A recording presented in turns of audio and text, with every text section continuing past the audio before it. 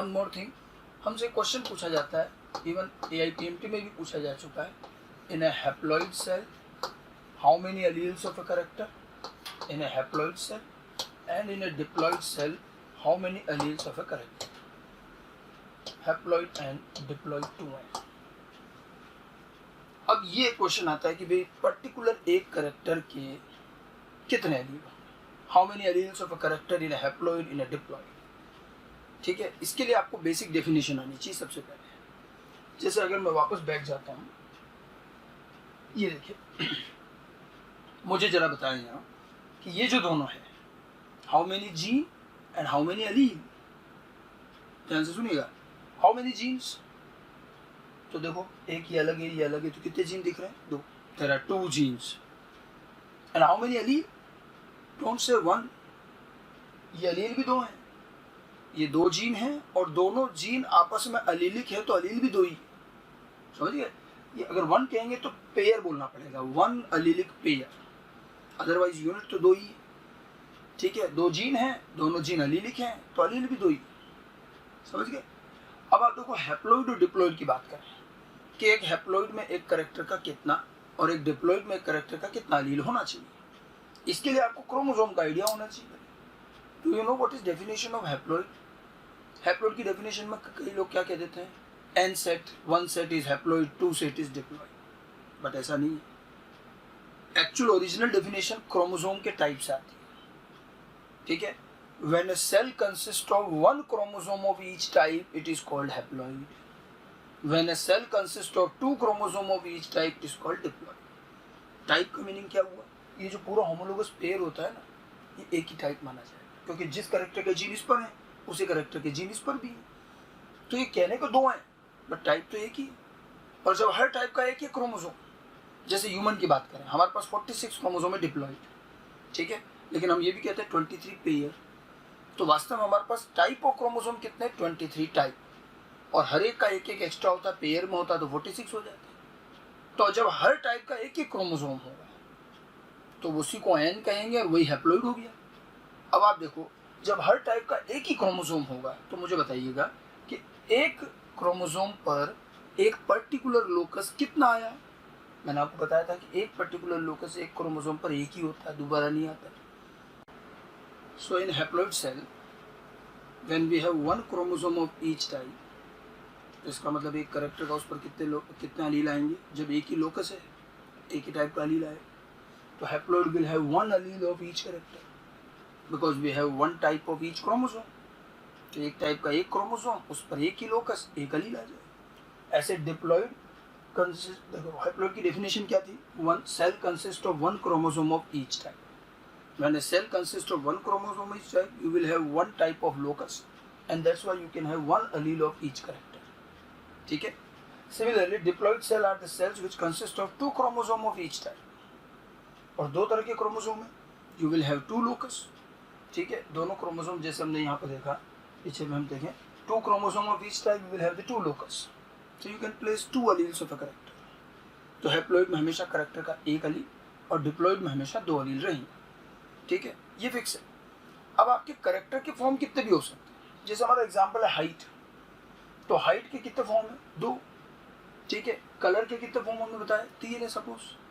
अब अगर मैं कह रहा हूँ हाइट को अगर मैं इसमें आगे रिप्रेजेंट करता हूँ, तो हाइट का ये कैरेक्टर अगर हमारा ऑर्गेनिज्म हैप्लॉइड है तो हम हाइट के कितने एलील रख पाएंगे। ऑल्दो हाइट के पास में 2 फॉर्म है, 2 एलील है हाइट के, लेकिन क्योंकि ऑर्गेनिज्म हैप्लॉइड है, सेल हैप्लॉइड, तो उसमें तो एक ही एलील आ सकता है, तो फिर या तो मैं कैपिटल T रखूंगा या फिर स्मॉल t। हैप्लॉइड में एक ही एलील होता है, इस वजह से उसके अंदर कोई एक आएगा। अब चाहे कैरेक्टर के कितने भी फॉर्म हो, बट अगर हैप्लॉइड ऑर्गेनिज्म है तो उसमें तो एक ही फॉर्म आएगा, फिर दूसरे कहाँ जाएंगे, दूसरे ऑर्गेनिज्म आएंगे। ठीक है, अगर ऑर्गेनिज्म डिप्लॉइड है तो हम उसमें कितने रख सकते हैं, 2 एलील। और अब सपोज हाइट के तो 2 ही फॉर्म है हमारे पास, 2 ही एलील है, और हम रख भी 2 सकते हैं, तो भी आपके ऊपर चॉइस मिलती है कि आप दोनों एक जैसे भी रख सकते हो और दोनों अलग अलग भी रख सकते हो। इसलिए देखो टोटल 3 कॉम्बिनेशन बन जाएंगे, 3 possible combination. You may have either capital T, you may have capital T small t और स्मॉल t स्मॉल t। इस तरह से 3 बन जाएंगे। अब जैसे हमने कलर की बात की थी, कलर में 3 फॉर्म में बताया था, रेड, येलो, वाइट, 3 एलील है। लेकिन अगर ऑर्गेनिज्म डिप्लॉइड है तो आप 3 में से कोई 2 ही रखें, एनी टू विल प्रेजेंट। तो कॉम्बिनेशन बहुत सारे बन जाएंगे और इन्हीं कॉम्बिनेशन के बेस पर कुछ और आगे की टर्म डिराइव होती है। आपने लोअर क्लासेस में भी सुनी होगी होमोजाइगस, हेट्रोजाइगस। तो होमोजाइगस हेट्रोजाइगस टर्म इसी साइड। हैप्लॉइड में कोई जरूरत नहीं, हैप्लॉइड में तो सिंगल अलील है। डिप्लॉइड में जब टू अलील रखते हैं तब हमारे पास में कॉम्बिनेशंस और भी बनेंगे और हमारी कुछ और टर्मिनोलॉजी भी आएंगी। ठीक है, तो ये तो हमारा जीन और अलील एक कंपैरेटिव पार्ट हुआ। करेक्टर और ट्रेट के ही कंपैरिजन में हमने दो टर्म ली, जीन और अलील। बड़ी फंडामेंटल टर्म है, अच्छे से एक बार समझ लें, बार बार ये चीज़ें यूज होंगी। ठीक है, कि हम जीन को अलील कब कहेंगे। हमारे दो क्राइटेरिया हैं, same character same locus on homologous chromosome. ठीक है, हैप्लॉइड होगा तो you will place one only, diploid होगा तो you will place two only. ठीक है, लोकस कभी चेंज नहीं होगा, करेक्टर बिल्कुल सेम रहेगा, उसके डिफरेंट फॉर्म। और अब इन्हीं कॉम्बिनेशन के बेस पर हम आगे का अगली टर्म लेते हैं। मैं 3 टर्म एक साथ लिखूंगा, homozygous, homozygous, heterozygous and hemizygous. Homozygous, heterozygous, hemizygous. ठीक है, अभी जो हमने डिप्लॉइड की बात करी थी उसी से हम इसको कोरिलेट, ये तीनों टर्म ध्यान रखिएगा, for diploid organism only. Haploid में आपको ये कोई टर्म यूज नहीं करनी है, वहाँ सिंगल अलील होता है। डिप्लॉइड में जब 2 अलील होते हैं तब आपके पास ये कॉम्बिनेशन बनी। पहले हम इन दो की बात करते हैं, होमोजाइगस। होमोजाइगस का मीनिंग क्या है? Homozygous means presence of similar alleles, presence of similar alleles of a character, similar alleles of a character in diploid organism। Diploid organism में similar allele of a character। तो ये ध्यान रखना, similar अलील और organism कैसा, diploid. जैसे for example capital T, small T, this is called homozygous condition। heterozygous presence of dissimilar alleles,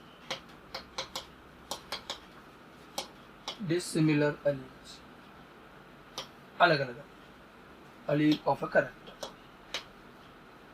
dissimilar allele of a character in a diploid organism जैसे capital T, small T.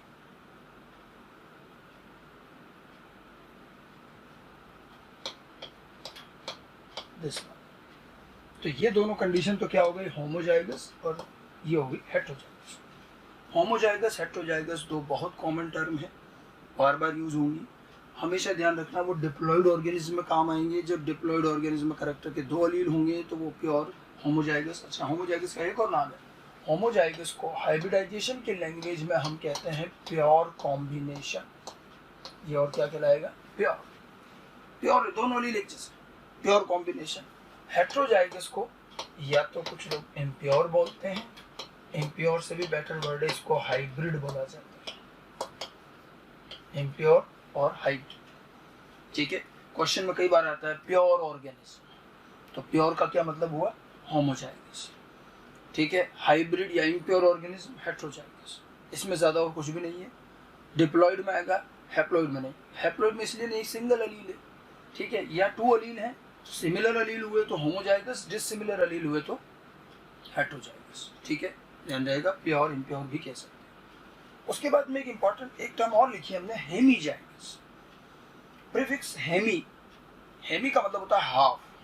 अब आप देखो इसमें क्या खास बात है, हेमीजाइगस जो है, हेमीजाइगस वर्ड,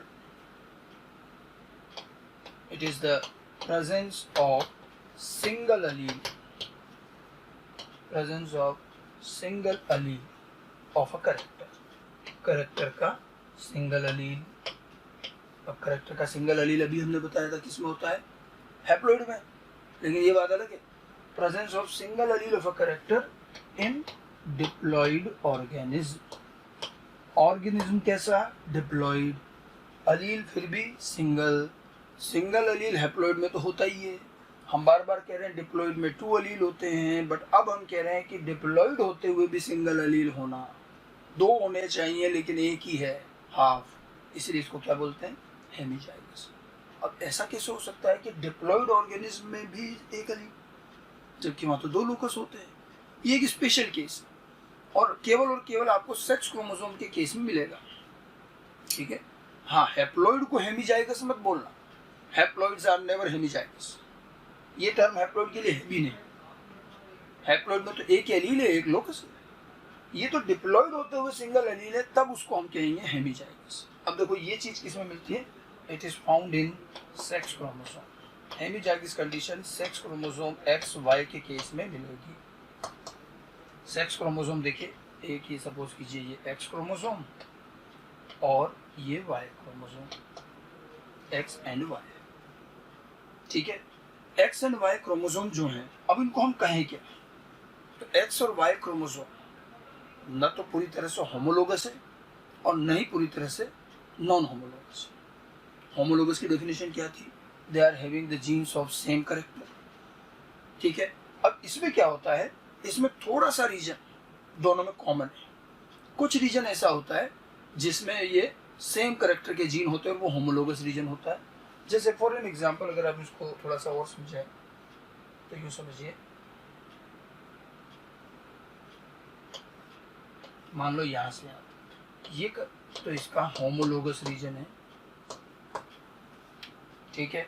और बाकी जो रीजन है इनका, ये जो है यहाँ पर और भी जो ये है, ये सब नॉन होमोलोगस रीजन है। होमोलोगस रीजन है, नॉन होमोलोगस रीजन। एक्स और वाई कुछ इस तरह से होते हैं, और एक्स वाई जो क्रोमोसोम होते हैं ये पार्शियली होमोलोगस हैं, ठीक है। X and Y partially homologous. अब आप देखो, जिस कैरेक्टर का जीन एक्स के नॉन होमोलोगस रीजन में है, क्या वो जीन वाई पर होगा?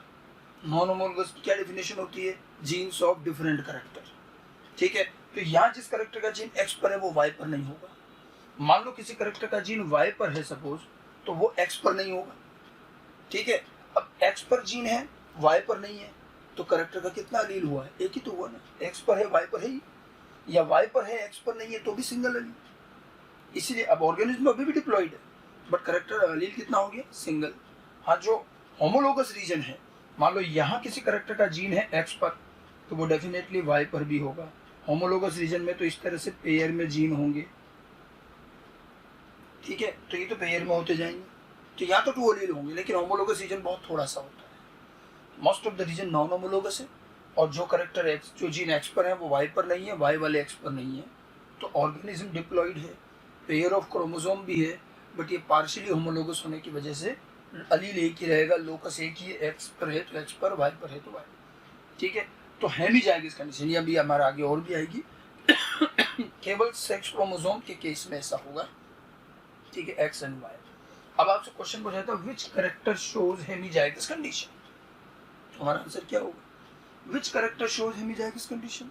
कौन से कैरेक्टर शो करेंगे, which character, those character whose genes, which character shows hemizygous condition, character whose genes are present on non-homologous region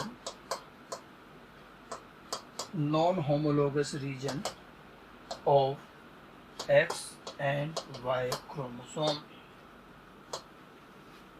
So character whose genes are present on non-homologous region of X and Y chromosome, only those characters will show hemizygous condition. Diploid organism but having single allele, ठीक है। So there are 3 terms regarding the combination of allelic genes in an organism, ठीक है, and again in a diploid organism. If a diploid organism has similar allele of a character, homozygous. If a diploid organism have dissimilar alleles of a character, heterozygous. And if a diploid organism has single allele of a character, then it is hemizygous. Okay? तो ये हमारे उस allelic combination के ही base पर हमने आगे की term बनाई है। डिप्लॉइड में जब हमने कहा हैप्लॉइड में 1 एलील, डिप्लॉइड में 2 एलील, तो 2 एलील होने पर ये 3 कंडीशन हो सकती, ठीक है। नेक्स्ट आगे देखते हैं हम कुछ और टर्म्स, कुछ और सिंपल टर्म्स में यूज़ कर रहा हूँ, ये आपने आगे पढ़ी भी होंगी लोअर क्लासेस में। फिनोटाइप काफ़ी यूज़ होने वाली ये टर्म्स हैं, genotype and phenocopy. Phenotype, genotype and phenocopy, ठीक है। ये तीनों टर्म देखिए, फिनोटाइप, जीनोटाइप, फिनोकॉपी। सबसे पहले बात करते हैं फिनोटाइप की। फिनोज एक ग्रीक वर्ड है जिसका मीनिंग होता है अपीयरेंस। जब भी हम एक करेक्टर को एक ऑर्गेनिज्म में ऑब्जर्व करते हैं, तो मैंने आपको बहुत शुरू में कहा था कि जेनेटिकल करेक्टर बाहर से अपीयर भी होते हैं मॉर्फोलॉजिकली, और कई बार नहीं भी होते, इंटरनली भी रहते हैं। तो any appearance of a character, उसको कहेंगे फिनोटाइप। वैसे तो फिनोज का मतलब एक्सटर्नल अपीयरेंस होता है, इसकी एग्जैक्ट डेफिनेशन तो क्या होती है? Phenotype external appearance.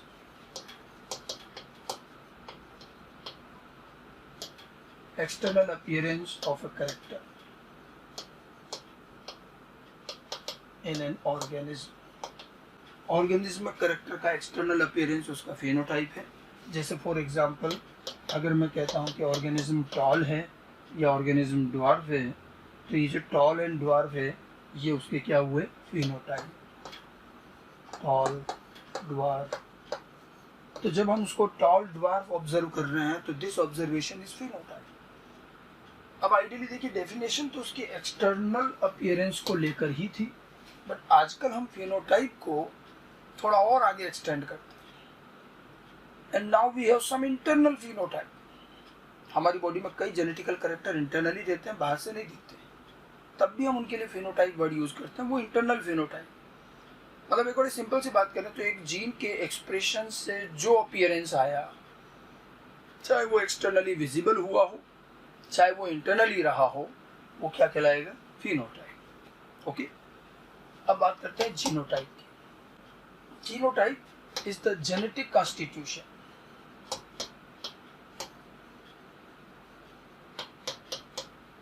genetic constitution of a character, genetic constitution of a character in an organism। organism में character का genetic constitution, ये कहलाएगा जीनोटाइप। जेनेटिक कॉन्स्टिट्यूशन से मतलब है उसका अलीलिक कॉम्बिनेशन क्या है। जेनेटिक कॉन्स्टिट्यूशन में ध्यान रखना, उसका आएगा अलीलिक कॉम्बिनेशन, कि उसमें कौन कौन से अलील हैं, क्या है। जैसा कि मैंने कहा कि सिमिलर अलील भी हो सकते हैं, डिसिमिलर अलील भी हो सकता है, जो हमने पिछली टर्म पढ़ी है होमोजाइगस, हेटेरोजाइगस। तो आप होमोजाइगस, हेटेरोजाइगस में क्या बता रहे हैं कि what type of allele you are having, ठीक है, सिमिलर अलील या डिसिमिलर अलील। तो जब आप ये चीज रिप्रेजेंट करते हैं, तो ये आप उस ऑर्गेनिज्म का क्या बता रहे हैं? जेनेटिक कॉन्स्टिट्यूशन, ठीक है। तो जीनोटाइप को लिखा कैसे जाएगा? You can say capital T, capital T, capital T, small T, small T, small T. ये क्या हो गया? जीनोटाइप, ठीक है। फिनोटाइप, जीनोटाइप दो बड़ी रेगुलर टर्म है जेनेटिक्स की, जो हमारे बार बार यूज होती है। हम जब अपीयरेंस की बात कर रहे हैं तो वो फिनोटाइप है, और जब हम उसके एलीलिक कॉम्बिनेशन की बात करेंगे तो जीनोटाइप हो जाएगा, ठीक है। अब इससे रिलेटेड छोटे छोटे कंसेप्ट हैं, आगे के क्रॉसेस में आएंगे भी सही। अब जैसे आपसे कहा जाए कि फिनोटाइप और जीनोटाइप में कौन किसकी वजह से है? Phenotype is due to genotype और genotype is due to phenotype. तो हमारा आंसर क्या होना चाहिए? कौन किसकी वजह से हुआ? हम फिनोटाइप, जीनोटाइप को you can compare like hardware and software, तो which is equivalent to hardware. Hardware क्या? एक्सटर्नली दिख रहा है, यू कैन टच, देख सकते हो, छू सकते हो। तो कौन इक्विवेलेंट हुआ?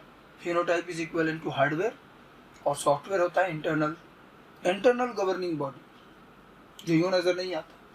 ठीक वैसे जीनोटाइप किसके इक्विवेलेंट हुआ? सॉफ्टवेयर की, ठीक है। और जीनोटाइप क्या है वही तो डिसाइड करेगा कि कैरेक्टर कैसा आएगा। सो ऑलवेज ध्यान रखना, phenotype is due to genotype. जैसा जीनोटाइप होगा उसी अकॉर्डिंग फिनोटाइप बनेगा। बहुत पहले आईपीएमटी में क्वेश्चन आया है कि phenotype of an organism is due to, but आप देखिए उस क्वेश्चन की खास बात, उसमें पहले ही ऑप्शन था जीनोटाइप। हम कई बार फर्स्ट ऑप्शन पढ़ा चल रही, उसका फोर्थ ऑप्शन था जीनोटाइप एंड एनवायरनमेंट। अब देखो बेटर आंसर क्या हुआ? ऑफ कोर्स जीनोटाइप से फिनोटाइप बनेगा, लेकिन हमने पहले ही कहा था कि जीन से कैरेक्टर बनने के लिए जीन के अलावा और क्या चाहिए? Conditions, environment. और अगर एक ऑप्शन में आपके पास लिखा है कि phenotype is due to genotype and environment, तो this is best answer. Environment नहीं है तो आप जीनोटाइप आंसर करेंगे, लेकिन जीनोटाइप एंड एनवायरनमेंट अगर है तो ये बेस्ट आंसर है, ठीक है। सो ऑलवेज ध्यान रखिएगा, phenotype is always due to genotype, genotype के अकॉर्डिंग फिनोटाइप, ठीक है।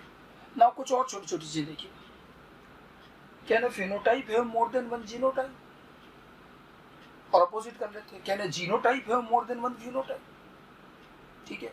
पहले बात करते हैं, can a phenotype have more than one genotype, एक फिनोटाइप के एक से ज्यादा जीनोटाइप हो सकते हैं।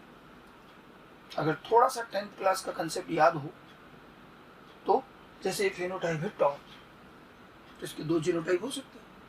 अब phenotype can have two genotype, ये टॉल आपको ध्यान हो तो कैपिटल टी भी टॉल है, कैपिटल टी स्मॉल टी, देखो ये भी टॉल होता है, ये भी टॉल होता है। तो phenotype can have more than one genotype, ठीक है। But genotype can have more than one phenotype. अगर मान लो ये पर्टिकुलर जीनोटाइप है तो ये तो टॉल ही बनाएगा, ड्वार्फ नहीं बनाएगा। तो usually a genotype have only one phenotype. हाँ, इसमें एक्सेप्शंस है, sometime a genotype can have more than one phenotype, उस पर हम आगे बात करेंगे, ठीक है। So a phenotype can have more than one genotype, but usually a genotype have one phenotype, ठीक है। Can you have the confirm idea of genotype, क्योंकि जीनोटाइप हमें दिखता नहीं है। Can you have the confirm idea of genotype simply by observing phenotype, idea confirm लगा सकते हैं, ठीक है। फिनोटाइप देखकर जीनोटाइप का अंदाजा लगा सकते हैं क्या?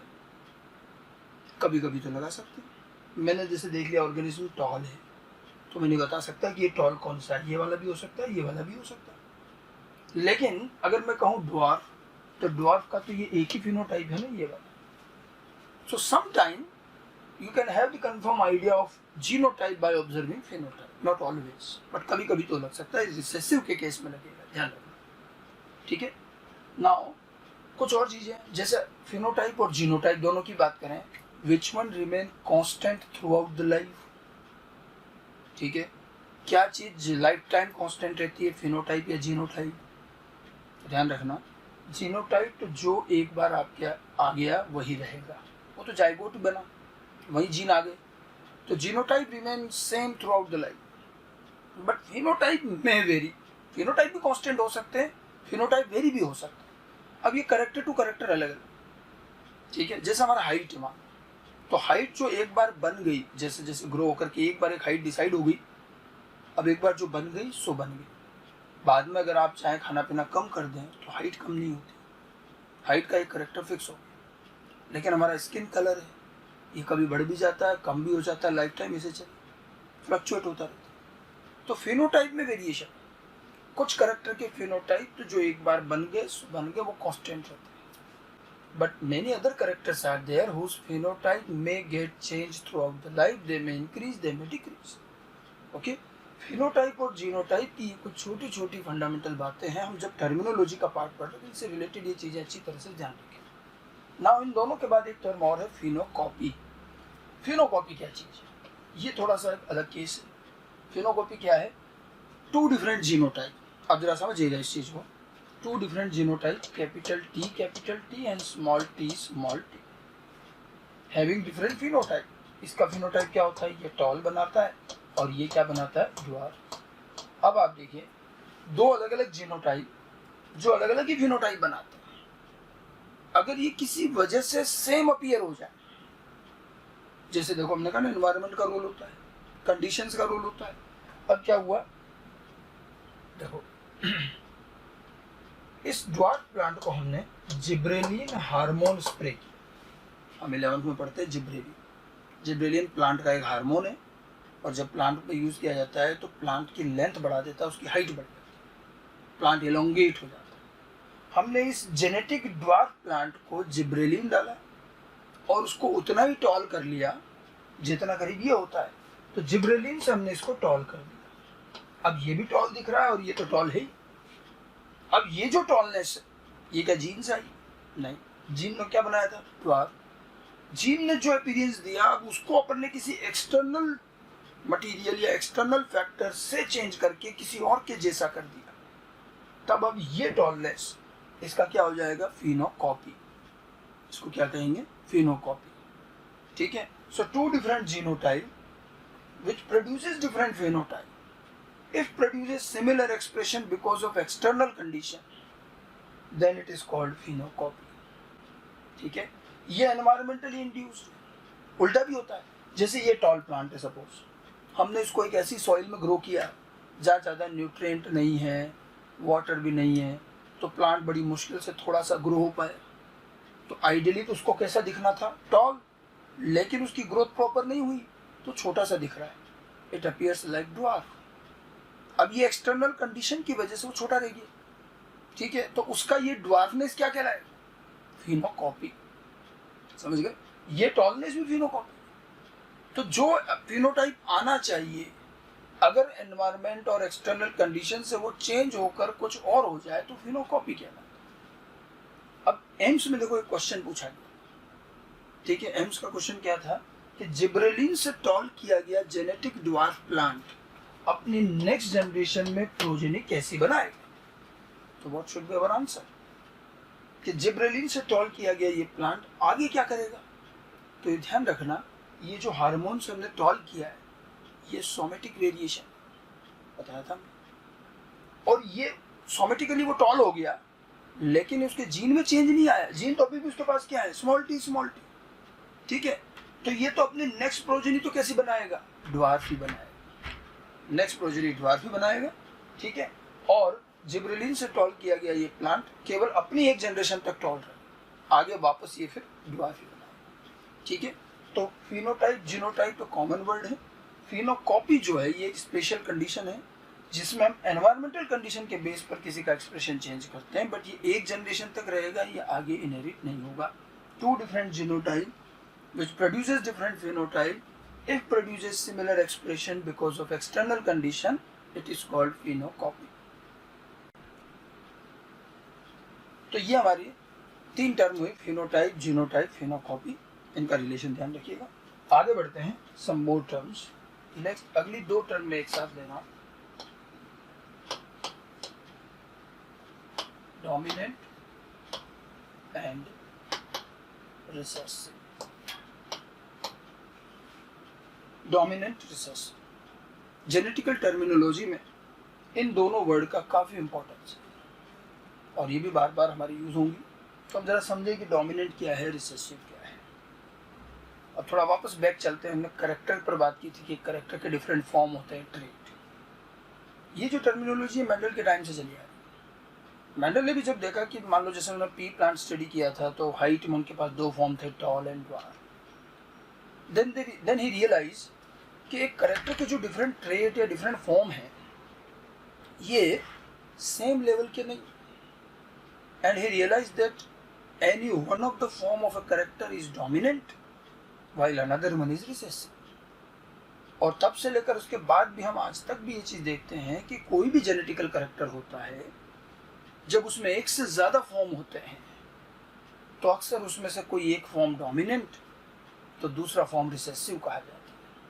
मतलब दोनों फॉर्म एक ही लेवल के नहीं है, ये कंपैरिजन है, करेक्टर के दो फॉर्म के बीच का कंपैरिजन है, कौन डोमिनेंट कौन रिसेसिव। बट एक बहुत अच्छी चीज़ ध्यान रखना, ये डोमिनेंट रिसेसिव जो कंसेप्ट है ये पूरा का पूरा कंपैरिजन है और कुछ नहीं, इट्स अ सिंपल कंपैरिजन। और कंपैरिजन कब होता है, जब हमारे पास एक से ज़्यादा ऑप्शन होता है। मैंने आपको कहा था कि शुरुआत से ओरिजिनली अगर हम देखें तो एक करेक्टर का एक ही फॉर्म था, एक एलील, एक ही जीन था, और जब तक वो एक रहा ना वो कभी डोमिनेंट कहा जाता था ना कभी रिसेसिव कहा जाता था, ठीक है। अब एक से दो हो गए, एक के बाद दूसरा कैसे आया, हमने कहा था कि भाई नया एलील जो बने म्यूटेशन से बने। ओरिजिनल में म्यूटेशन हुआ, एक नया बन गया। ओरिजिनल टॉल था, फिर उसमें म्यूटेशन हुआ, ड्वार्फ बन गया, ठीक है। तो जैसे ही दूसरा आया और दो यूनिट होते ही कंपैरिजन स्टार्ट हुआ, कौन ज़्यादा अच्छा है कौन कम अच्छा है। जो ज़्यादा बेटर है हमने उसको डोमिनेंट कह दिया, जो कम अच्छा है उसको हमने रिसेसिव किया। तो ये कंपैरिजन कब आया, ये कंपैरिजन तब आया जब एक से ज़्यादा फॉर्म हुई। तो ध्यान रखना, ओरिजिनली ये चीज़ें नहीं थी। शुरू में एक करेक्टर का एक ही फॉर्म, एक ही अलील, ओरिजिनल अलील था, तो वो एक तरह से ना उसको हम डोमिनेंट कहते थे ना रिसेसिव। अच्छा बुरा, डोमिनेंट, रिसेसिव, ये कंपैरिजन एक से ज़्यादा यूनिट होने पर आएगा। वैसे आज आपके मैक्सिमम करेक्टर हमारे या बाकी ऑर्गेनिज्म के एक से ज़्यादा फॉर्म होता ही होता है, तो ये अक्सर चीज़ आती है, ये कंपैरिजन है। जैसे मान लो कि नहीं, पेरेंट्स का जब एक ही चाइल्ड होता है, पहला चाइल्ड जो होता है, तो वो अच्छा ही होता है हमेशा। आप में से भी देखिएगा जो बड़े भाई या बड़े बहन है, फर्स्ट चाइल्ड जो होता है, ठीक है, वो अच्छा ही होता है।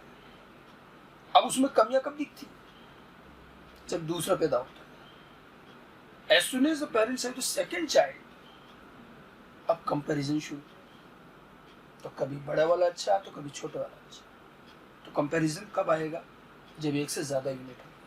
तो हमारी ये जो टर्मिनोलॉजी है, ये टर्मिनोलॉजी तभी आएगी जब हम एक से ज्यादा फॉर्म की बात करें। मोस्ट ऑफ द कैरेक्टर में आजकल एक से ज्यादा फॉर्म होते ही, ठीक है। अब पहचाने कैसे? मेंडल ने एक आसान तरीका दिया। आइडेंटिफाई करने का तरीका आपको 10th क्लास में बताया जाता है कि कौन सा एलील डोमिनेंट है, कौन सा फॉर्म डोमिनेंट है। तो सबसे बढ़िया तरीका है दोनों को एक साथ रख लो। मान लो जैसे हाइट में एक टॉल का फॉर्म है और एक ड्वार्फ का फॉर्म है, तो एक टॉल का एलील, एक ड्वार्फ का एलील। हमें पहचानना है इसमें कौन बेटर है, कौन डोमिनेंट है। देखो सिंपल सी बात है, जो बेटर है, जो ज़्यादा अच्छा है, वो डोमिनेंट कहा गया है। अब ये जानने के लिए क्या करें? हम इन दोनों को एक साथ रख लें। एक एलील टॉल का ले लें, एक ड्वार्फ का ले लें। और जैसे एक एलील टॉल का और एक एलील ड्वार्फ का लिया, तो ये कंडीशन क्या कहलाए? अभी हमने इससे पहले पढ़ा था, हेट्रोजाइगस। तो ध्यान रखना, ये हेट्रोजाइगस कंडीशन। और दोनों एलील एक एक रख लो। और अब देखो कि ऑर्गेनिज्म क्या बना। अगर ऑर्गेनिज्म ऐसे में टॉल दिख रहा है, तो इसका मतलब टॉल वाला एलील ड्वार्फ वाले एलील की प्रेजेंस के बावजूद भी ऑर्गेनिज्म को टॉल बना देता है। तो डोमिनेंट कौन हुआ? टॉल, ठीक है। तो जो एलील दूसरे की प्रेजेंस में भी अपना एक्सप्रेशन शो करेगा, वो डोमिनेंट होगा। तो कंक्लूजन ये है कि जो हेट्रोजाइगस कंडीशन है हमारी, ये आपको एक बार को पहचानने में हेल्प करेगी कि कौन डोमिनेंट है, कौन रिसेसिव। बड़ी सिंपल सी डेफिनेशन दे देते हैं कि the form which appears in heterozygous will be dominant and which will appears only in homozygous will be recessive। लेकिन ये कंसेप्ट नहीं, ये आइडेंटिफिकेशन। जो हेट्रोजाइगस में अपीयर होगा वो तो होमोजाइगस में तो होगा ही होगा। तो इसका हम इनको रिकॉग्नाइज करने का एक तरीका रहता है, डोमिनेंट कौन सा हुआ, डोमिनेंट फॉर्म या डोमिनेंट एलील कौन सा हुआ, which appears in both homozygous and heterozygous condition. जो होमोजाइगस एंड हेट्रोजाइगस दोनों कंडीशन में अपीयर होगा, वो तो हो जाएगा dominant and recessive, which appears only in homozygous condition। जो सिर्फ होमोजाइगस कंडीशन में अपीयर होगा, दैट इज कॉल्ड रिसेसिव, ठीक है। तो डोमिनेंट, होमोजाइगस, हेट्रोजाइगस। अब मतलब होमोजाइगस में तो दोनों ही बातें आ रही है। So actually which condition decides dominance? This condition is heterozygous. जो हेट्रोजाइगस में अपीयर होता है वो डोमिनेंट है। लेकिन ये रिकॉग्नाइजेशन है। एनसीईआरटी में हमें पेज नंबर 76 और 77 पर 2 पैराग्राफ में डोमिनेंस का कंसेप्ट समझाया है, और ये चीज आपको भी ध्यान रखनी है, ठीक है। अब एनसीईआरटी कहती है कि डोमिनेंस को कैसे डिसाइड करना है, कैसे होता है, ये तो रिकॉग्नाइजेशन है। तो एक तो बेसिक तो ये ध्यान रखना है कि कौन डोमिनेंट है, पता करने का तरीका है। बट आखिर डोमिनेंस है क्या? क्यों कोई एक एलील डोमिनेंट तो दूसरा रिसेसिव हो क्यों गया? ये चीज़ आपको समझ में आएगी जीन के एक्सप्रेशन से, मतलब जीन की वर्किंग, वही एक्सप्रेशन और म्यूटेशन से। ये 2 चीज़ें हमें एक्सप्लेन करती है what is dominant, what is recessive. अब मेरी बात ध्यान से सुनिएगा, फिर उसके बाद आप एनसीईआरटी को पैराग्राफ पढ़ोगे तो समझ में आएगा, बड़ा इंपॉर्टेंट पार्ट है, ठीक है। जैसे मैंने आपको कहा था कि हर कैरेक्टर का जो ओरिजिनल फॉर्म होता है वो एक ही था, एक एलील, एक जीन था, एक ही फॉर्म था। और ये जितने ओरिजिनल फॉर्म होते हैं सब फंक्शनल होते हैं। एक फंक्शनल जीन समझ रहे हैं क्या है? फंक्शनल जीन कौन सा है? जो जीन एक्सप्रेस करता है, मतलब जीन आरएनए बनाएगा। एक्सप्रेशन याद है, मैंने कहा था ट्रांसक्रिप्शन से आरएनए बने, ट्रांसलेशन से प्रोटीन बने। तो जो जीन एक्सप्रेशन करता है, आरएनए और प्रोटीन और एंजाइम बनाता है और उसके काम करने से कैरेक्टर बनता है, वर्क करने वाला फंक्शनल एलील यूजुअली डोमिनेंट होता है। अब आप देखिए, जब हम ओरिजिनल की बात कर रहे हैं तो ओरिजिनल वाला तो डेफिनेटली क्या होगा? फंक्शनल। शुरू में कोई नॉन फंक्शनल लेके पैदा थोड़ी होगा। तो जितने आप देखिए, आज भी जितने कैरेक्टर हैं और उनकी चाहे कितने ही फॉर्म हो, हर करेक्टर का एक फॉर्म आज भी ओरिजिनल है, और वो ओरिजिनल फॉर्म तो आज तक है हमारे पास। और ये जो ओरिजिनल फॉर्म होते हैं सब फंक्शनल होते हैं, ये आरएनए प्रोटीन बनाते हैं और उससे करेक्टर बनता है, ठीक है। And most of these original forms are called dominant form. जो काम करता है, जो फंक्शनल है, वो यूजुअली डोमिनेंट होता है, यूजुअली कहना, ठीक है। एनसीईआरटी यहाँ पर एक वर्ड यूज करती है अनमोडिफाइड। अब जो ओरिजिनल है, जो शुरू से है वैसा का वैसा आज तक है, उसमें कोई चेंज नहीं हुआ, तो उसको क्या बोलेंगे? अनमोडिफाइड। तो unmodified alleles are always functional, ये हमेशा फंक्शनल होते हैं, और ये फंक्शनल होते हैं, और most of the time, maximum time ये सब डोमिनेंट होते हैं। अब होता क्या है, ये तो शुरुआत थी। जैसे फिर generation to generation character pass on होता है, वो जीन एक दूसरी जनरेशन प्रोजेनी में गया, वहां से उनकी प्रोजेनी में आगे से आगे गया, तो म्यूटेशन होने के चांस हो सकते हैं, ठीक है। और म्यूटेशन तो कभी भी हो सकता है, वैसे तो रैंडम है। अब सपोज करो कोई एक फंक्शनल एलील एक जनरेशन से दूसरी जनरेशन में गया, और उस टाइम उसमें बीच में हो गया म्यूटेशन। म्यूटेशन ऐसा हुआ कि वो नॉन फंक्शनल हो गया, आगे जब नेक्स्ट जनरेशन में पहुंचा तो वो नॉन फंक्शनल, अब वो काम ही नहीं कर रहा, मतलब ना वो आरएनए बना रहा है, ना प्रोटीन बना रहा है, जो वो ओरिजिनली काम करता था, अब म्यूटेशन की वजह से नहीं कर पा रहा। जैसे कि एग्जाम्पल से समझिए, टी प्लांट का एग्जाम्पल लेते हैं। हाइट में टॉलनेस जो है उसका ओरिजिनल फॉर्म है, कैपिटल टी जो हम कहते हैं। ये कैपिटल टी एलील जो है ये फंक्शनल है, ये प्रोटीन बनाता है, हार्मोन बनाता है, और इसके प्रोटीन हार्मोन बनाने की वजह से प्लांट अल्टीमेटली टॉल बन जाता है। तो प्लांट को टॉल बनाने में इस जीन को काम करना पड़ रहा है, अच्छा भला मेहनत कर रहा है, काम कर रहा है, तब प्लांट टॉल बन रहा है। टॉलनेस ओरिजिनल फॉर्म है। अब हुआ ये कि जब वो जनरेशन टू जनरेशन ट्रांसफर हुआ, तो बाय चांस किसी एक ट्रांसफर के दौरान म्यूटेशन हो गया।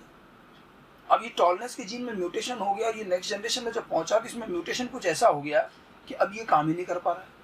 अब वो ये प्रोटीन, वो हार्मोन ही नहीं बना पा रहा जो पहले बनाता था। जब ये काम नहीं कर पा रहा है, प्रोजेनी में चला गया और ये काम नहीं कर रहा है, तो क्या होगा? प्रोजेनी नहीं दिखेगा, बिल्कुल दिखेगा। बाकी जीन तो काम कर रहे हैं ना, हाइट का जीन काम नहीं कर रहा है, तो टॉलनेस वाला जीन फंक्शनल नहीं है, तो वो टॉल नहीं बनाया, तो भी प्लांट अपने वेरियस बाकी स्ट्रक्चर की वजह से थोड़ा बहुत तो दिखेगा। ध्यान रखना, हाइट 0 से नहीं गिननी जाती, थोड़ा बहुत तो बेसिक स्ट्रक्चर की वजह से ऑर्गेनिज्म दिखता है, उसके बाद फिर हाइट शुरू होती है। और अगर ये टॉलनेस का जीन काम नहीं करेगा तो क्या हुआ? वो जो थोड़ा बहुत नजर आता बस उतना रह जाएगा, और वो प्लांट हमें छोटा सा नजर आएगा, टॉल नहीं दिखेगा। और अब वो जो छोटा सा दिखा, उस जीन ने कुछ नहीं किया, तब वो छोटा सा दिख रहा है, और इसको कहते हैं ड्वार्फ। और इसका मतलब ड्वार्फ क्या है? प्लांट ने ड्वार्फ बनाया नहीं, प्लांट तो ड्वार्फ इसलिए दिखा क्योंकि वो टॉल नहीं बन पाया। और इस ड्वार्फ, इस नॉन फंक्शनल एलील को, जो म्यूटेशन से नॉन फंक्शनल हो गया और अब वो ड्वार्फ दिख रहा है, इसको हमने कह दिया recessive. Most of the recessive ऐसे ही है, ये कुछ काम नहीं कर पाते हैं, म्यूटेशन से नॉन फंक्शनल हो जाते हैं, और इनके काम नहीं करने पर जो दिखाई देता है, किसी काम के नहीं होने पर जो दिखे, उसको रिसेसिव कहते हैं। और काम करके जो लाया जाए वो डोमिनेंट है। तो डोमिनेंस जो होता है वो फंक्शनल एलील से आता है मोस्ट ऑफ द केस में, और जितने रिसेसिव ये नॉन फंक्शनल एलील है। तो कंपैरिजन है बड़ा सिंपल सा, कि आपके पास एक फंक्शनल एलील है और एक म्यूटेशन से बना हुआ नॉन फंक्शनल एलील है, तो आपके लिए बड़ा इजी है, कौन डोमिनेंट हुआ? जो बेटर है, जो ज्यादा अच्छा है, वो डोमिनेंट है। तो functional allele will be dominant, non functional allele will be recessive, ठीक है। ये नॉन फंक्शनल एलील सब म्यूटेशन से बने हैं। एनसीईआरटी इनको बोलती है मॉडिफाइड एलील। तो मॉडिफाइड एलील क्या हुए? रिसेसिव हुआ, क्योंकि वो नॉन फंक्शनल है, ठीक है। तो ये म्यूटेशन से बना, ये सारा रोल म्यूटेशन का है। तो एक बेसिक बात पहले तो ध्यान रखिएगा कि म्यूटेशन की वजह से कई बार जीन में चेंज आते हैं। अब ऐसे में अगर वो नॉन फंक्शनल हो जाते हैं तो कंपैरेटिवली फिर हम उनको रिसेसिव कहते हैं।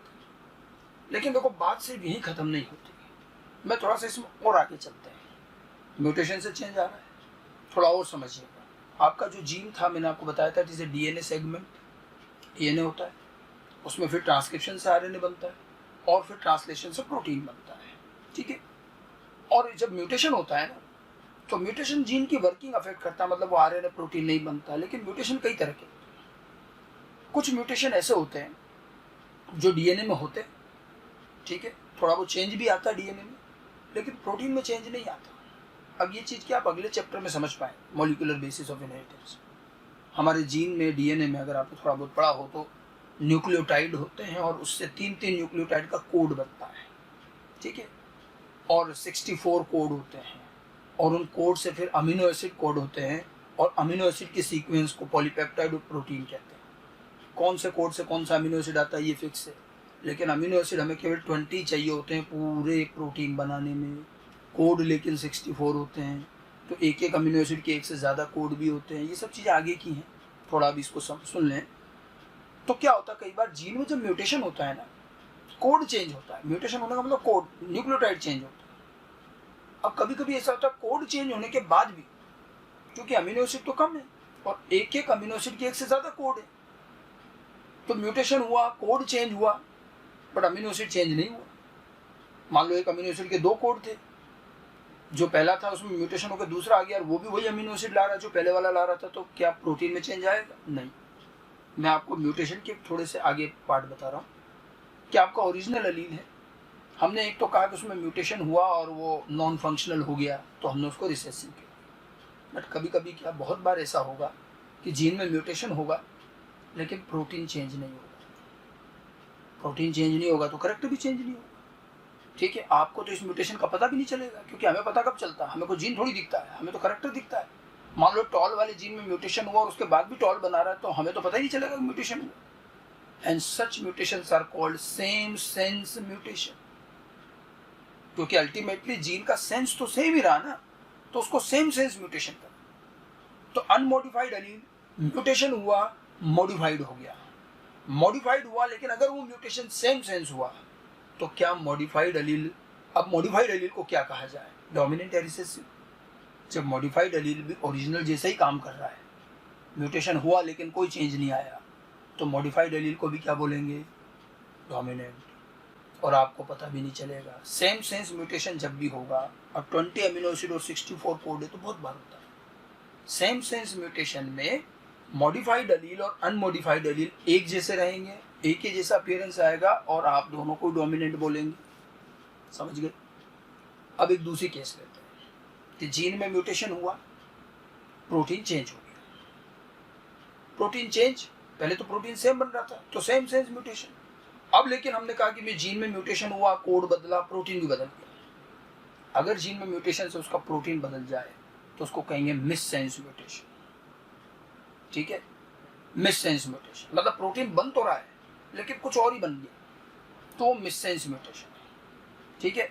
और एक तीसरा केस और होता है कि जीन में म्यूटेशन होता है और प्रोटीन बने ही नहीं, तो उसको बोलते हैं नॉन सेंस म्यूटेशन। मेरी ये बातें ध्यान रखना, ये आगे हम वापस को रिलेट करेंगे। अभी इसको सिंपल वे में समझो। जीन में म्यूटेशन हुआ, कोई चेंज नहीं आया, प्रोटीन वैसा का वैसा बना, सेम सेंस म्यूटेशन। जीन में म्यूटेशन हुआ, प्रोटीन बना लेकिन चेंज हो गया, मिस सेंस म्यूटेशन। और जीन में म्यूटेशन हुआ और प्रोटीन ही नहीं बना तो उसको कहेंगे नॉन सेंस म्यूटेशन। 3 चीजें ध्यान रखना। सेम सेंस म्यूटेशन होगा तो वो मॉडिफाइड एलील बनाना, अनमॉडिफाइड से मॉडिफाइड, लेकिन आपको पता नहीं चलेगा, वो तो काम तो दोनों एक जैसा करेंगे और दोनों डोमिनेंट कहलाएंगे। लेकिन जब मिस सेंस म्यूटेशन होता है तो वेरिएशन ज्यादा है। अब प्रोटीन चेंज हो रहा है, तो अब आप सोचो जरा, खुद कॉमन सेंस लगाएं, क्या क्या चीज हो सकती है। अगर जीन में म्यूटेशन हुआ, प्रोटीन चेंज हो गया, ठीक है, तो अब देखो क्या क्या कंडीशन हो सकती है। पहली कंडीशन कि वो जो प्रोटीन बना, वो प्रोटीन जो आपका ओरिजिनल जीन का प्रोटीन है उससे अच्छा काम नहीं कर रहा, बेकार है, ठीक है। या फिर उसी के जैसा ही काम कर रहा बराबर, या उससे भी अच्छा काम कर रहा। 3 ही तो कंडीशन हो सकती है। मिस सेंस म्यूटेशन में जब प्रोटीन चेंज हुआ, अब ओरिजिनल से कंपेयर करेंगे तो अगर वो ओरिजिनल से अच्छा काम नहीं कर रहा है तो भले वो काम कर रहा है लेकिन वो ओरिजिनल से अच्छा काम नहीं कर रहा है, तो वो रिसेसिव हो गया। मॉडिफाइड वाला क्या कहा जाएगा, रिसेसिव, और ओरिजिनल वाला डोमिनेंट। कंपैरिजन है देखो, ठीक है। और अगर वो प्रोटीन बना रहा है लेकिन वो और ओरिजिनल वाला एक जैसा काम कर रहा है, मतलब करेक्टर सेम नहीं लेकिन बिल्कुल बराबर काम करते हैं, दोनों फंक्शनल है अच्छे से, तो दोनों भी डोमिनेंट हो सकते हैं। और अगर मॉडिफाइड वाला ओरिजिनल से ज्यादा बेटर काम करे, रेयर केस में ऐसा भी होता है, तो अब डोमिनेंट कौन?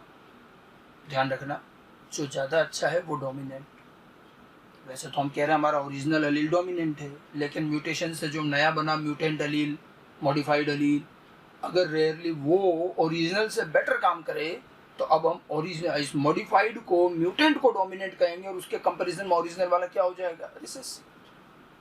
तो ओरिजिनल एलील कभी कभी रिसेसिव भी हो सकता है, लेकिन वो रहेगा फंक्शनल, ठीक है, फंक्शनल रहेगा, लेकिन रिसेसिव कंपैरिजन के बेस पर हुआ कि वो दूसरा वाला जो नया बना है ना वो उससे ज्यादा अच्छा काम कर रहा है, तो अब उसको हम डोमिनेंट बोलते हैं, ठीक है। तो मिससेंस म्यूटेशन में 3 कंडीशन है। बनने वाला नया एलील हो सकता है ओरिजिनल से रिसेसिव बने, या ओरिजिनल की बराबर डोमिनेंट बने, या ओरिजिनल से बेटर बने तो वो डोमिनेंट हो और ओरिजिनल को फिर रिसेसिव कहें। 3 कंडीशन। और अगर मान लो नॉनसेंस म्यूटेशन जो तीसरा मैंने बताया था, उसमें तो प्रोटीन बनता ही नहीं, प्रोटीन नहीं बनता है तो करैक्टर ही नहीं बनेगा। मैंने जो आपको टॉल का एग्जांपल दिया था कि टॉल वाला जीन काम ही नहीं कर रहा और उसके काम नहीं करने से वो ड्वार्फ हो गया, वो तीसरा वाला केस है नॉनसेंस म्यूटेशन।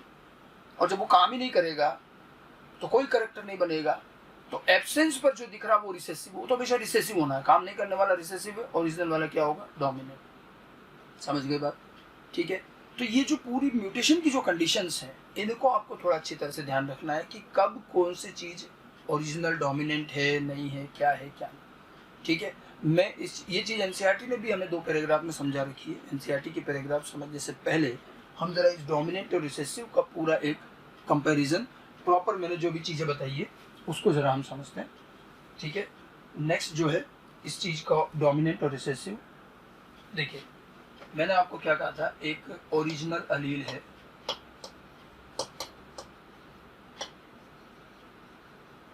ठीक है, ओरिजिनल एलील, इसी को हम क्या कहते हैं, unmodified allele. Unmodified allele, original allele ये फंक्शनल है and it forms normal enzyme, ये नॉर्मल एंजाइम बनाता है and thus it forms original phenotype, ये ओरिजिनल फिनोटाइप बनाता है और यही ओरिजिनल फिनोटाइप हमारा क्या रहता है, डोमिनेंट फिनोटाइप। तो ये तो हमारा ओरिजिनल एलील हो गया, फंक्शनल है, लेकिन इसमें हुआ म्यूटेशन। म्यूटेशन हुआ, म्यूटेशन से ये जो ओरिजिनल अनमॉडिफाइड है, नाउ इट बिकम मॉडिफाइड। अब ये मॉडिफाइड एलील या म्यूटेंट एलील कहा जाएगा, मॉडिफाइड और म्यूटेंट एलील, ठीक है। लेकिन मैंने आपको म्यूटेशन की अलग अलग कंडीशंस बताई हैं, ठीक है। अलग अलग कंडीशंस देखिए, इसकी कंडीशन क्या क्या हो सकती है। ओरिजिनल एलील में म्यूटेशन हुआ, म्यूटेंट एलील बना और हम देख रहे हैं उसके बाद भी it forms normal enzyme, mutation के बाद भी ये नॉर्मल एंजाइम बना रहा है, ठीक है। हो सकता है दूसरी कंडीशन क्या हो, it forms less efficient enzyme, less efficient enzyme हो सकता है। एक और कंडीशन हो सकती है, it forms non functional enzyme, non-functional enzyme, or it may forms no enzyme at all। देखिए 4 कंडीशन होगी, बिल्कुल वैसा का वैसा एंजाइम बना दे, थोड़ा सा कम एफिशिएंट बनाए, बिल्कुल नॉन फंक्शनल बना दे, और या फिर कोई एंजाइम नहीं बनाए, ठीक है। अब हम इसमें देखें कहाँ कहाँ क्या चेंज आएगा। अगर ये नॉर्मल एंजाइम बनाता है तो ये तो वही ओरिजिनल फिनोटाइप बनाएगा, तो इसको भी क्या बोलेंगे, डोमिनेंट। अगर ये नॉन फंक्शनल एंजाइम या कोई एंजाइम नहीं बनाएगा, तो एक बात तो तय है कि इस केस में ओरिजिनल फिनोटाइप अपीयर होगा क्या, ओरिजिनल फिनोटाइप नहीं आएगा, original phenotype will not appear. अब यहाँ ओरिजिनल नहीं आएगा क्योंकि तो काम ही नहीं कर रहा, नॉन फंक्शनल है या बना ही नहीं प्रोटीन, तो यहाँ ओरिजिनल फिनोटाइप नहीं आएगा। ओरिजिनल नहीं आने पर अब जो दिखाई देगा उसी फॉर्म को हम कहेंगे रिसेसिव, रिसेसिव फॉर्म अपीयर्स, ठीक है, या रिसेसिव फॉर्म आएगा, ठीक है। तो जितने बेसिक कंडीशंस थी, अब बच गया लेस एफिशिएंट। लेस एफिशिएंट का मैटर थोड़ा सा अलग है। लेस एफिशिएंट में एंजाइम बनता है, ओरिजिनल से ये थोड़ा सा एफिशिएंट कम है। तो अब यहाँ दो कंडीशन है, कभी कभी क्या होता है ये ज़्यादा फर्क नहीं होता है तो ये भी जैसे तैसे ओरिजिनल फिनोटाइप बना देता है। थोड़ा लेस एफिशिएंट के बावजूद भी कभी कभी ये ओरिजिनल ला देता है। एक्चुअली ये करेक्टर पर डिपेंड करेगा। कुछ करेक्टर ऐसे होते हैं जिसमें थोड़ा बहुत लेस एफिशिएंट बनने के बावजूद भी समहाउ करेक्टर आ जाता है। अगर वो ओरिजिनल करेक्टर बना देता है तो फिर इस लेस एफिशिएंट वाले को भी हम क्या करेंगे, डोमिनेंट मानेंगे। और अगर ये नहीं बना पाता ओरिजिनल तो फिर इसको क्या बोलेंगे, रिसेसिव। लेस एफिशिएंट वाला दोनों तरफ जा सकता है, बहुत ज़्यादा लेस एफिशिएंट नहीं है और ओरिजिनल फिनोटाइप बना देता है तो फिर इसको भी डोमिनेंट बोलेंगे।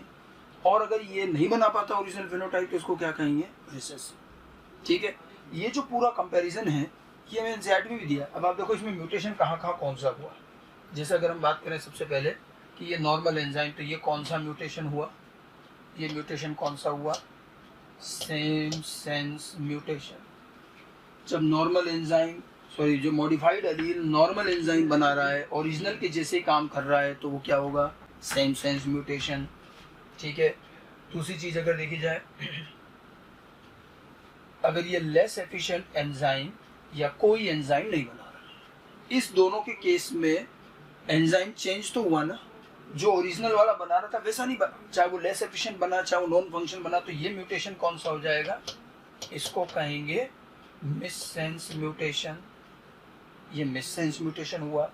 और तीसरा, अगर एंजाइम ही नहीं बने तो क्या हो जाएगा, ये वाला मैंने क्या बताया था, ये नॉन सेंस म्यूटेशन। ठीक है, इसमें आप देखो ये तो खैर ओरिजिनल कंडीशन हो गई, हमारा रियल फिनोटाइप तो यही बनाता है। अब म्यूटेशन होने के बाद क्या क्या होगा और कब वो डोमिनेंट कब वो रिसेसिव, हम वो चीज़ समझ रहे हैं। कैसे रिसेसिव बनते हैं, कैसे डोमिनेंट रहते हैं। म्यूटेशन हुआ, म्यूटेंट एलील बना, मॉडिफाइड एलील बना। अब ये जो है, अगर इनमें सेम सेंस म्यूटेशन होगा तब तो ये नॉर्मल एंजाइम ही बनाएगा और ये भी डोमिनेंट कहलाएगा। बहुत सारे ऐसे भी होते हैं। मिस सेंस म्यूटेशन हुआ तो नॉर्मल एंजाइम से हटके कुछ बनेगा। ठीक है, लेस एफिशिएंट बन सकता है, वो हो सकता है वो डोमिनेंट हो सकता है, रिसेसिव डिपेंड करेगा वो ओरिजिनल बना पा रहा है कि नहीं। नॉन फंक्शनल एंजाइम तो ओरिजिनल बना ही नहीं पाएगा, जब वो फंक्शनल ही नहीं है तो वो तो ओरिजिनल नहीं बनाएगा। तो ओरिजिनल के नहीं बनने पर जो दिखेगा वो क्या कहलाएगा, रिसेसिव। और अगर एंजाइम ही नहीं बन रहा, नॉनसेंस म्यूटेशन, तो फिर ये भी रिसेसिव। अब इसमें ध्यान रखना, हमने एक चीज़ छोड़ दी, मैंने कहा था एक केस ऐसा भी है जिसमें कि मॉडिफाइड एलील ज़्यादा अच्छा एंजाइम बना दे। वो बहुत रेयर केस में होता है कि म्यूटेशन से बना हुआ मॉडिफाइड एलील आपके नॉर्मल एंजाइम से भी बेटर बना है। ठीक है, इसलिए उसको लिया नहीं जाता। बाकी बहुत रेयर केस में ऐसा होता है कि मॉडिफाइड एलील ओरिजिनल से भी बेटर हो, ओरिजिनल से भी अगर बेटर हुआ तब फिर हम इस मॉडिफाइड एलील को कहेंगे डोमिनेंट और ओरिजिनल वाला क्या हो जाएगा, रिसेसिव। अब म्यूटेशन के बारे में आगे इसलिए कहा जाता है कि mutations are generally recessive, mutations are generally harmful. तो समझे क्यों कहते हैं, क्योंकि देखिए म्यूटेशन जब भी होता है तो ज़्यादा कंडीशन यही होती है कि अच्छा भला काम करने वाला ओरिजिनल एलील ये जो है ये बेकार हो जाता है या काम नहीं कर पाता है, तभी हम कहते हैं म्यूटेशंस आर जनरली हार्मफुल। और ज़्यादातर केस में म्यूटेशन से रिसेसिव फॉर्म बनते हैं, इसलिए mutations are generally recessive. But generally कहते हैं some time mutations are dominant, कभी कभी म्यूटेशन अच्छा भी होता है और ओरिजिनल से बढ़िया हो सकता है, एंड सम टाइम म्यूटेशंस में बी यूजफुल ऑल्सो। ठीक है, तो डोमिनेंट और रिसेसिव किसी भी जीन को क्या कहेंगे, ये कंपैरिजन है, हम ओरिजिनल से कंपेयर करेंगे। ठीक है, ओरिजिनल से बेटर है तो फिर हम ओरिजिनल को भी रिसेसिव कह सकते हैं। तो इस तरह से छोटी छोटी चीज़ें ध्यान रखनी है। ठीक है, अब बहुत सारे छोटे छोटे स्टेटमेंट आते हैं, जैसे सीधा सीधा कहा जाए unmodified alleles are always recessive, sorry unmodified alleles are always dominant. तो हमारा ये स्टेटमेंट सही होगा, ट्रू और false. Original unmodified alleles are always dominant, right, क्योंकि कभी कभी मॉडिफाइड एलील भी डोमिनेंट हो सकता है। ठीक है, और modified allele, mutant alleles are always recessive, तो ये भी गलत है, ऑलवेज नहीं आना चाहिए, क्योंकि रेयर केस में मॉडिफाइड एलील अच्छे भी होते हैं। ठीक है, dominant alleles are always functional. अब सुनिएगा, dominant alleles are always functional, सही या गलत, बिल्कुल सही, क्योंकि ऐसा तो कोई भी नहीं हो सकता कि जो फंक्शनल नहीं हो डोमिनेंट हो जाए। Original alleles are dominant alleles are always functional, बिल्कुल सही है, correct. Functional alleles are always dominant, अब ये ट्रू होगा या false, functional alleles are always dominant, ये फॉल्स है। ऑलवेज नहीं आना चाहिए। Functional allele most of the time dominant होते हैं, बट कभी कभी कोई अलील काम करते हुए भी रिसेसिव हो सकता है। वो कैसे? फंक्शनल अलील रिसेसिव हो सकता है, हमारा ओरिजिनल अलील ही फंक्शनल है, ये हो जाता है कभी कभी रिसेसिव, जब म्यूटेंट वाला इससे बेटर काम करे। ठीक है, मतलब म्यूटेशन से एक नया अलील बना, वो भी फंक्शनल है, ओरिजिनल वाला भी फंक्शनल है। अब फंक्शनल तो दोनों है, और पता चला ओरिजिनल म्यूटेंट वाला ज्यादा अच्छा काम कर रहा है, तो आपका ओरिजिनल वाला फंक्शनल होते हुए भी क्या कहा जाएगा? रिसेसिव।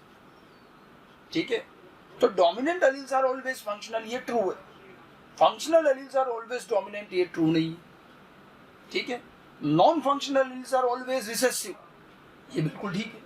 जो नॉन फंक्शनल होता है वो तो रिसेसिव ही रहेगा, वो कभी डोमिनेंट नहीं हो सकता, काम ही नहीं करता। लेकिन अगर इसको हम रिवर्स करें कि recessive alleles are always non functional, तो ये फॉल्स है। समझे क्यों? क्योंकि कभी कभी फंक्शनल अलील भी रिसेसिव हो जाता है, कोई दूसरा वाला फंक्शनल उससे ज्यादा बेटर होता है। तो सारे रिसेसिव अलील नॉन फंक्शनल हो ये जरूरी नहीं, कभी कभी फंक्शनल भी रिसेसिव हो सकते हैं। अगली बात समझ में, एनसीईआरटी का पेज नंबर 76 का लास्ट पैराग्राफ, वहाँ एक टॉपिक लिखा है explanation of concept of dominance, और पेज नंबर 77 का फर्स्ट पैराग्राफ। ये दोनों पैराग्राफ जो मैंने ये बातें बताई है उसी का एक कंक्लूजन आपको वहाँ मिलेगा, वहाँ दे रखा है, उसको ज़रूर पढ़िएगा। ठीक है, और ये सारी चीज़ आपको वहाँ भी, हालांकि एनसीईआरटी इतना इलेबोरेट नहीं करती, वहाँ बहुत ब्रीफ में लिखा हुआ है, समराइज्ड वे में लिखा है। तो पहले हमें ये चीज़ समझ में आनी चाहिए म्यूटेशन के फॉर्म, तो कौन डोमिनेंट है, कौन रिसेसिव है, कोई कब डोमिनेंट हो जाता है, कोई कब रिसेसिव हो जाता है, ये चीज़ हम जीन की फंक्शनिंग और म्यूटेशन से डिसाइड करें। डोमिनेंट और रिसेसिव जो मैंने अभी आपको चार्ट बताया था, किस तरह से एक डोमिनेंट अलील और एक रिसेसिव अलील काम करते हैं, इसमें भी देखिए हमने ये कहा था कि जो ओरिजिनल अलील होता है, जिसको हम अनमोडिफाइड अलील कहते हैं, वो नॉर्मल एंजाइम बनाता है, वही ओरिजिनल फिनोटाइप बनाता है, वो डोमिनेंट होता है। फिर जब उसमें म्यूटेशन हो जाता है तो वो म्यूटेंट अलील बना, और उस म्यूटेंट के बाद बहुत सारे वेरिएशन, अलग अलग तरह के म्यूटेशंस, तो कई बार हो सकता है डोमिनेंट भी रह जाए, कई बार रिसेसिव भी हो जाता है। तो ये जो हमने पूरा पार्ट पढ़ा, आपको डोमिनेंट एंड रिसेसिव का ये पार्ट एनसीईआरटी के अंदर भी किया। एनसीईआरटी के अंदर 2 पेज पर 2 पैराग्राफ में ये चीज़ दे रखी है, डोमिनेंट और रिसेसिव। अगर आप इसको जरा एनसीईआरटी के जो लैंग्वेज है उससे भी समझें, एनसीईआरटी ने बहुत समराइज्ड वे में लिखा है, और ये इन दोनों का पार्ट हमें एनसीईआरटी में पेज नंबर 76-77 पर मिलेगा। तो जब भी हम डोमिनेंट रिसेसिव को पढ़ेंगे तो एनसीईआरटी के साथ भी जरूर उसको डिस्कस करें। तो मैंने जो आपको म्यूटेशन और ये जो सारी चीजें बताई थी, अब उसको जरा एनसीईआरटी से भी डिस्कस करें। एनसीईआरटी पेज नंबर 76-77 पर जो 2 पैराग्राफ है, मैं आपको अभी उन पैराग्राफ को बताता हूँ, और हम उसको लाइन टू लाइन रीड करके देखें। देखिए एनसीईआरटी के पैराग्राफ बड़े इंपॉर्टेंट है और उससे काफी अच्छे से क्वेश्चन बनते हैं। तो हम एनसीईआरटी की इन 2 पैराग्राफ को डिस्कस कर रहे हैं कि एनसीईआरटी डोमिनेंट रिसेसिव को कैसे एक्सप्लेन करते हैं। पेज नंबर 76 का जो लोअर हाफ है, ठीक है, उसके अंदर हमें ये चीज मिलेगी। देखिए ये जो है, ये मैंने एनसीईआरटी का पेज नंबर 76 का केवल आधा पार्ट आपको दिखा रखा है। अब यहाँ देखिए लिखा हुआ explanation of concept of dominance, ठीक है, और explanation of concept of dominance के अंदर आप यहाँ देखिए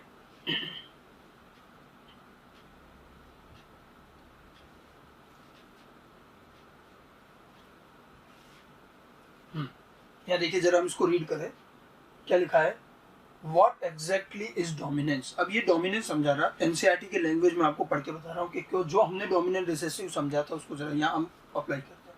What exactly dominance is? देखा है, Why are some alleles are dominant and some are recessive? Dominance क्या है, कोई एलील डोमिनेंस क्यों है, कोई रिसेसिव क्यों है, ठीक है। To tackle these question we must understand what a gene does. अब ये चीज़ समझने के लिए हमें ये समझना पड़ेगा कि जीन काम क्या करता है। Every gene, as you know by now, contains the information to express a particular trait. Her gene में इंफॉर्मेशन है जिससे एक पर्टिकुलर करेक्टर, एक ट्रेट बनता है, ठीक है। In a diploid organism there are 2 copies of each gene. Diploid में मैंने आपको बताया था कितने जीन, कितने एलील है, 2 जीन है वो अलील है। That is as a pair of allele, 2 होते हैं, पेयर ऑफ अलील होता है। Now these 2 alleles need not always be identical as in heterozygote. Diploid में जो दो अलील हैं वो हमेशा आइडेंटिकली या सेम हो ज़रूरी नहीं है। किस में नहीं होते? हेट्रोजाइगस। हेट्रोजाइगस में नहीं होते, दोनों अलग अलग होते, डिसिमिलर होते हैं। ठीक है, as in heterozygous one of them may be different due to some changes. एक जो है दूसरे से डिफरेंट होगा और उसमें कुछ चेंज हुआ। ये चेंज कौन से थे? म्यूटेशन। डायरेक्ट नहीं लिखा, यहाँ लिखा देखो, some changes that it is undergone about which you will read further on in the next chapter। ये बात कर रहा है म्यूटेशन की, कि एक जो है दूसरे से उसमें कुछ चेंज हो गया। चेंज हुआ मतलब म्यूटेशन हुआ, जिसके बारे में एनसीईआरटी की आप इसको अगले चैप्टर में पढ़ेंगे। ठीक है, विच मॉडिफाई, चेंजेस से हुआ क्या? देखिए, it has undergone some changes which modifies the information that a particular allele contain. ठीक है, कि ये पर्टिकुलर अलील जो है इस इंफॉर्मेशन को मॉडिफाई कर देता है। तो चेंज हुआ तो अलील मॉडिफाई हो गया। ठीक है, नाउ एक एग्जांपल लिया है। Let us take an example of gene that contain the information of producing an enzyme. हम एक एग्जांपल लेते हैं एक जीन का जो एंजाइम प्रोड्यूस कर रहा है। मान लीजिए कोई जीन है जो एक एंजाइम प्रोड्यूस कर रहा है। ठीक है, now there are 2 copies of this gene. इसके 2 अलील हैं। ठीक है, the 2 allele form 2 copies of this gene. The 2 allele form मतलब 2 कॉपी मतलब वही 2 जीन है। Let us assume as is more common that the normal enzyme produces normal enzyme, sorry, normal allele produces normal enzyme। ठीक है, 2 copy है, एक normal है मतलब अनमॉडिफाइड, वो नॉर्मल एंजाइम बना रहा है, दूसरा वाला मॉडिफाइड है। ठीक है, एंड ये कह रहा है कि normal allele produces normal enzyme that is needed for the transformation of a substrate S. देखिए, एंजाइम क्या करता है? किसी सबस्ट्रेट को प्रोडक्ट में कन्वर्ट करेगा। यही मेटाबॉलिक रिएक्शन होती है और इसी से अल्टीमेटली जाके करेक्टर बनेंगे। ठीक है, तो अब देखो क्या कह रहा है। ये कह रहा है कि भाई हमारे पास एक जीन के 2 फॉर्म हैं, जिसमें से एक नॉर्मल या अनमॉडिफाइड है और एक मॉडिफाइड हो गया, चेंज हो गया। जो नॉर्मल वाला है वो नॉर्मल एंजाइम बना रहा है और नॉर्मल एंजाइम क्या कर रहा है? एक सबस्ट्रेट को, सबस्ट्रेट एस लिखा है, इसको वो प्रोडक्ट में कन्वर्ट कर रहा है। ये उसका नॉर्मल काम है। ठीक है, जब ये मॉडिफाई हो गया तो अब म्यूटेशन हुआ इसमें, तो चेंज आया। अब चेंज कुछ भी हो सकता है। देखो, theoretically the modified allele could be responsible for the production of. अब जैसे म्यूटेशन हुआ वो मॉडिफाई हो गया। मॉडिफाई होने के बाद क्या होगा? मैंने आपको एक फ्लो चार्ट बना के दिखाया था कि मॉडिफिकेशन के बाद क्या क्या होगा। हमने वहाँ 4 चीज़ बताई थी कि मॉडिफाइड एलील मॉडिफिकेशन के बाद भी नॉर्मल एंजाइम बनाए, लेस एफिशिएंट एंजाइम बनाए, नॉन फंक्शनल एंजाइम बनाए या कोई एंजाइम नहीं बनाए। 4 कंडीशन थी। एनसीईआरटी ने इन 4 कंडीशन को 3 में लिख रखा है। देखिए, responsible for the production of first normal oblique less efficient enzyme, दूसरा लिखा है नॉन फंक्शनल एंजाइम और तीसरा लिखा है नो एंजाइम एट ऑल। मतलब जो मॉडिफाइड अलील है या तो नॉर्मल एंजाइम बनाए, लेस एफिशिएंट बनाए, नॉन फंक्शनल बनाए या कुछ नहीं बनाए। ठीक है, अब एनसीईआरटी ने लेस एफिशिएंट पर ज़्यादा एम्फेसिस नहीं किया है। मैंने भी आपको बताया था कि लेस एफिशिएंट दोनों तरफ जा सकता है। लेस एफिशिएंट तब भी नॉर्मल बना सकता है और न भी बनाए। ठीक है, तो यहाँ पर भी वही चीज़ है, इसलिए इन्होंने साथ में लिख रखा। अब देखिए, ये तो केवल एक जनरल डिस्कशन है कि क्या चीज़ है। अब इन मॉडिफाइड अलील के इन चीज़ों से रिजल्ट क्या रहा, इसका आगे का जो कंक्लूजन है, हम अगला पेज देखते हैं। जो 76 पेज था, नेक्स्ट पेज जो है ये पेज नंबर 77। ठीक है, अब देखिए 77 पेज का ये फर्स्ट पैराग्राफ है। मैं उसी 76 के बाद आगे आ रहा हूँ। आगे देखो, अब इन्होंने कंक्लूजन दिया है। इन the first case, first case कौन सा? वो जो 3 केस लिखे थे, पहला कौन सा लिखा है? Normal and less efficient enzyme. In the first case the modified allele is equivalent to unmodified allele. First case में क्या कह रहा है? वो नॉर्मल एंजाइम बना रहा है और एनसीईआरटी ने चलो वहीं पर लेस एफिशिएंट भी लिख दिया। तो लेस एफिशिएंट तो कभी कभी और नॉर्मल एंजाइम तो हमेशा किसके जैसा रहेगा? अनमॉडिफाइड। पहले वाले केस में मॉडिफाइड एलील भी किसके जैसा है? अनमॉडिफाइड, क्योंकि नॉर्मल एंजाइम बना रहा है तो जैसा अनमॉडिफाइड काम कर रहा है वैसे ये भी काम करेगा। ठीक है, that is it will produce the same phenotype. ये भी वही करेक्टर बनाएगा जो आपका नॉर्मल वाला अनमॉडिफाइड बना रहा था। ठीक है, that is results in transformation of substrate S. हमने सबस्ट्रेट एस का एग्जांपल लिया था। अनमॉडिफाइड नॉर्मल वाला अगर सबस्ट्रेट को प्रोडक्ट में कन्वर्ट कर रहा है तो मॉडिफाइड अलील जो नॉर्मल एंजाइम बना रहा वो भी ये काम कर देगा। मैंने आपको पहला केस बताया था कि अगर नॉर्मल एंजाइम ही बनाए तो हमें पता भी नहीं चलेगा कि म्यूटेशन हुआ। हमने उस म्यूटेशन का क्या नाम दिया? उसको हमने कहा था सेम सेंस म्यूटेशन। तो ये जो हमारा इनिशियल 2 लाइन उन्होंने लिखी, ये किसकी हो गई? Same sense mutation. और लिखा है देखो, such equivalent allele pair are very common. ऐसे नेचर में बहुत कॉमन अलील बनते हैं जो नॉर्मली बनाते हैं, क्योंकि ये थोड़ा सा आप आगे भी पढ़ोगे कि हमारे पास 20 अमीनो एसिड कोड करने होते हैं और 64 कोड होते हैं। इसलिए ऐसा कई बार हो सकता है कि म्यूटेशन हो, अनमॉडिफाइड से मॉडिफाइड एलील बने और वो मॉडिफाइड फिर भी ओरिजिनल के जैसे ही काम करे, नॉर्मल एंजाइम बनाए, और ऐसे खूब बनते हैं। They are very common in nature. तो ये तो हमारा पहला केस हो गया। आगे देखो क्या लिखा, but if the allele produces a non functional enzyme और नो एंजाइम। अब आप देखो इन्होंने बड़ी स्मार्टली लेस एफिशिएंट हटाई दिया क्योंकि वो दोनों तरफ जाता है। अब ये कह रहा है कि अगर modified allele non functional enzyme बनाता है या कोई एंजाइम नहीं बनाता, ठीक है, ये नॉन फंक्शनल और नो एंजाइम, तो ऐसे केस में क्या होगा, द फिनोटाइप में बी अफेक्टेड। फिनोटाइप अफेक्ट हो जाए। अफेक्ट होने का मतलब है चेंज होगा। अब वो चेंज कुछ भी हो सकता है, बट जो ओरिजिनली बन रहा था वो नहीं बनेगा। देखो non functional no enzyme the phenotype में बी अफेक्टेड, में भी लिखना पड़ता है क्योंकि ये यूनिवर्सल नहीं है, इसमें कुछ एक्सेप्शंस हैं जो आगे आएंगे, ठीक है। आगे लिखा द फिनोटाइप और the trait will only be dependent on the functioning of unmodified allele. अब हमारे कैरेक्टर का जो एक्चुअल फिनोटाइप है वो तो किस पे डिपेंड करेगा, अनमॉडिफाइड, जो हमारा ओरिजिनल एलील है उसी पे, तो वही तो बना रहा है मेन कैरेक्टर। तो हमारे कैरेक्टर का एक्चुअल फिनोटाइप जो है वो अनमॉडिफाइड पे डिपेंड करता है। मॉडिफाइड हो सकता है इसको बनाए ना भी बनाए, और अगर मॉडिफाइड नॉन फंक्शनल और नो एंजाइम है तो फिनोटाइप वैसे भी चेंज हो जाएगा, ठीक है। आगे देखो कुछ केवल कंक्लूजन लिखे हैं यहाँ पर, द अनमॉडिफाइड एलील, ठीक है, the unmodified allele which represent the original phenotype is the dominant allele. जो हमारा अनमॉडिफाइड फंक्शनिंग एलील जो है, जो शुरू से चला आ रहा है, जो हमारा ओरिजिनल कैरेक्टर बना रहा है वो तो डोमिनेंट, हमने क्या कहा था, वो डोमिनेंट है। And the modified allele is generally the recessive allele. Modified allele कौन सा, ये जो नॉन फंक्शनल नो एंजाइम बना रहा है, ये क्या कहलाएगा, रिसेसिव एलील कहलाएगा। Hence in this example above the recessive trait is seen due to non-functional enzyme or because of no enzyme produced। मतलब रिसेसिव हमें तब दिखेगा जब कोई modified allele non functional enzyme बनाए या कोई एंजाइम नहीं बनाए। लेस एफिशिएंट को यहाँ डिस्कस नहीं किया गया, वो दोनों तरफ जा सकता है, करेक्टर टू करेक्टर। तो जो हमने एक डोमिनेंट रिसेसिव का एक फ्लो चार्ट बनाया था, अब आप देखिए पहला वाला केस तो सेम सेंस म्यूटेशन का हुआ, जो मिस सेंस और नॉन सेंस, मैंने तीन चीज बताई थी आपको, ये मिस सेंस नॉन सेंस ये आगे की इन 4-5 लाइन में लिखा। एनसीईआरटी का इस पैराग्राफ को देखने का, मैं बताने के पीछे मेरा पर्पज ये कि जो चीज़ हमने पढ़ी है उसको एनसीईआरटी से भी समझ में आना चाहिए। एनसीईआरटी में दोनों पैराग्राफ में से ये लाइंस यूं की यूं सीधी सीधी स्टेटमेंट आ जाते हैं क्वेश्चन, तो आप इस चीज़ को ध्यान रखें। दोनों पैराग्राफ को थोड़ा 2-3 बार रिवाइज कर ले। Functioning allele, non functional allele, on original allele, unmodified allele, modified allele, इनको लेकर के कई सारी चीज़ें पूछी जाती हैं।